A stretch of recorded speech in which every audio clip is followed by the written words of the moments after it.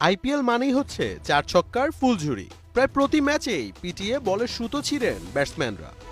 গত আইপিএলেও ওভার প্রতি বোলাররা দিয়েছেন ৯ রান করে। তাছাড়া আইপিএলের ইতিহাসে সর্বোচ্চ ১,২৬০টি ছক্কাও এসেছে গেল সিজনে।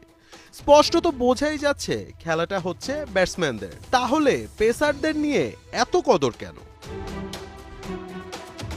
২৪ ও ২৫ নভেম্বর সৌদির জেদ্দায় হয়ে গেল আইপিএলের ১৮তম আসরের মেগা নিলাম। একটু খেয়াল করলেই দেখা যায় নিলামে পেসারদের বাড়তি গুরুত্বটা। পেসারদের মধ্যে সবচেয়ে বেশি ১৮ কোটি রুপি পেয়েছেন অর্শদীপ সিং, ১২.৫ কোটি করে পেয়েছেন ট্রেন্ট বোল্ট, জফরা আর্চাররা। এছাড়া সিরাজ ১২,২৫,০০,০০০, শামি ১০ কোটি এবং মিচেল স্টার্ক পেয়েছেন প্রায় ১২ কোটি রুপি। তবে তাদের দাম ওঠা স্বাভাবিক, কারণ তারা এখনো আন্তর্জাতিক ক্রিকেটের হটকেক। তবে শুধু হট কেক নয়, অর্ডিনারি কেকের দামও ফ্রাঞ্চাইজিরা দিয়েছেন মন খুলে।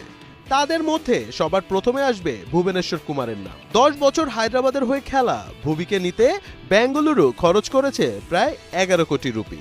তাছাড়া লোকাল রিক্রুট দীপক চাহার, নটরাজন, আবেশ খানদের মধ্যে সবচেয়ে কম দাম পেয়েছেন দীপক চাহার, তাও কিনা ৯,২৫,০০,০০০। এমনকি টি-টোয়েন্টিতে অনভিজ্ঞ মুকেশ কুমারও পেয়েছেন ৮ কোটি রুপি। ব্যাটসম্যানদের এই খেলায় পেসারদের পিছে এত দাম দেওয়ার কারণটা কি?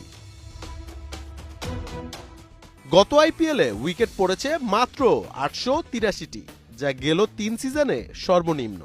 তাই ফ্রাঞ্চাইজিরা ব্যাটসম্যানদের কবজির জোর কমাতে দ্রুত গতির বোলারদের প্রাধান্য দিচ্ছেন।